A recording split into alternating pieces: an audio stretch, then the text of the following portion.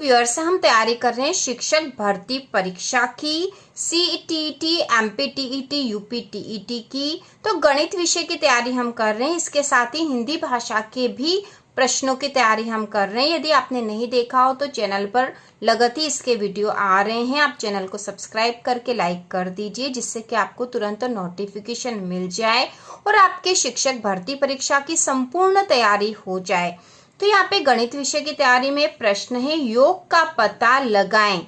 तो योग का पता लगाना है, संख्या लिखिए 47/87 और 77/87।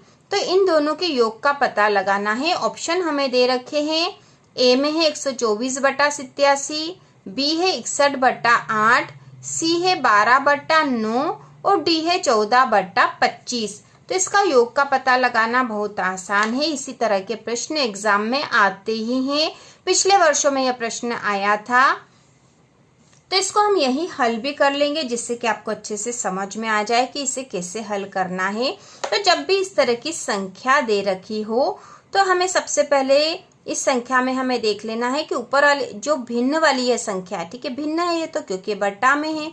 तो भिन्न वाली संख्या में ऊपर वाली संख्या अंश कहलाती है, नीचे वाली संख्या हर कहलाती है।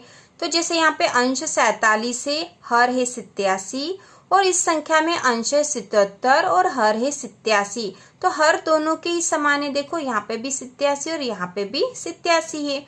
तो ऐसी स्थिति में हम यहाँ हल करके देखेंगे और फिर आसान तरीका भी देख लेंगे। तो यहाँ संख्या थी 47/87 धन, क्योंकि हमें योग करना, योग मतलब जोड़, धन 77/87, दोनों का ही हर 87 है। तो जब भी इस तरह की संख्याओं की भिन्न वाली संख्याओं का जोड़ करते हैं तो नीचे जो हर वाली संख्या उसका एलसीएम लेते हैं। तो यहाँ दोनों संख्या समान है, इसलिए एलसीएम यही आ जाएगा, 87 एलसीएम आ जाएगा। इसको हल करने की आवश्यकता ही नहीं है। और जब एलसीएम 87 आ गया है तो ऊपर वाली संख्या दोनों ही आ जाएगी, क्योंकि 87 में 87 का भाग लगाएंगे, एक आएगा, एक का गुणा 47 में हो जाएगा तो 47 ही आएगा।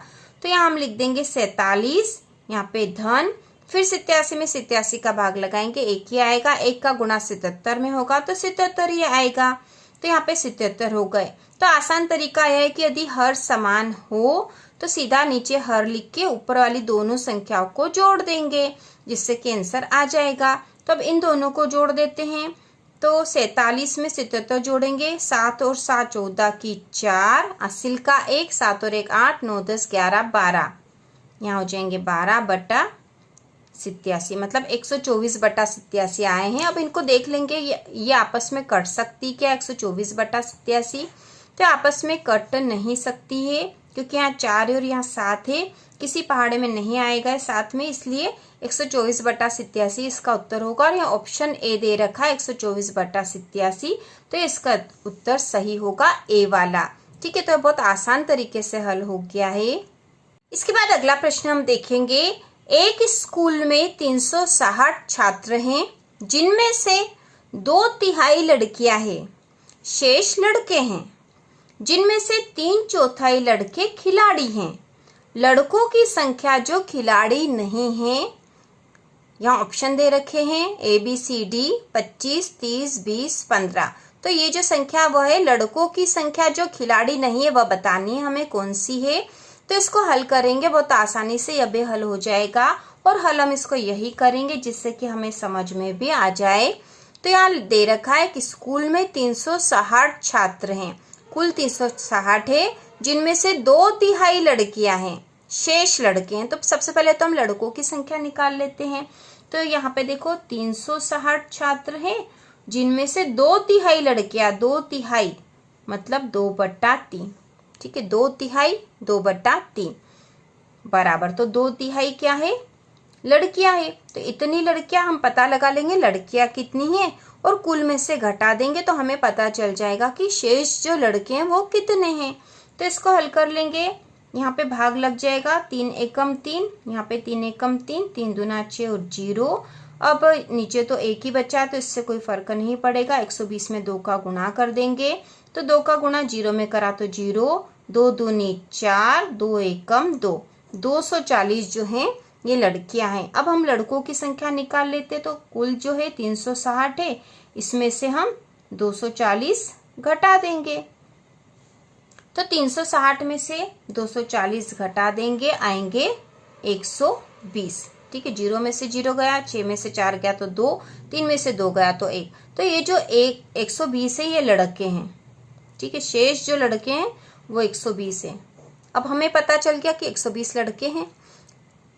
यहाँ बता रखा शेष लड़के हैं, जो शेष लड़के हैं वो 120 है, जिनमें से 3/4 लड़के खिलाड़ी हैं।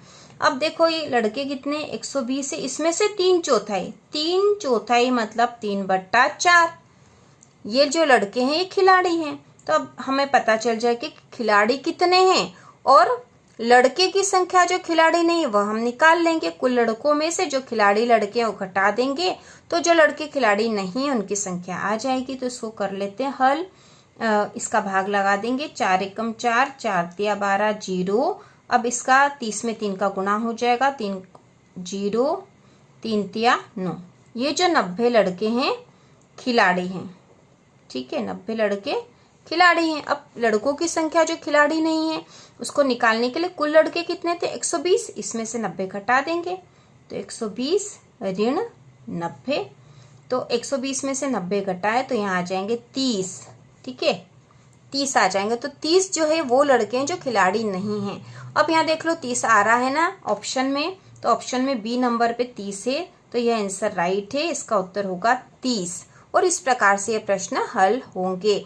तो इस प्रकार से हमने देख लिया है कि 2 तरह के प्रश्न हमने कर लिए हैं। एक तो योग का पता लगाएं, और दूसरा यहाँ पे कुल जो संख्या दे रखी है उसमें से 2/3 और 3/4 संख्या हम कैसे निकाल सकते हैं, कुल में से घटा के हमसे जो पूछा वह किस तरह से बता सकते हैं।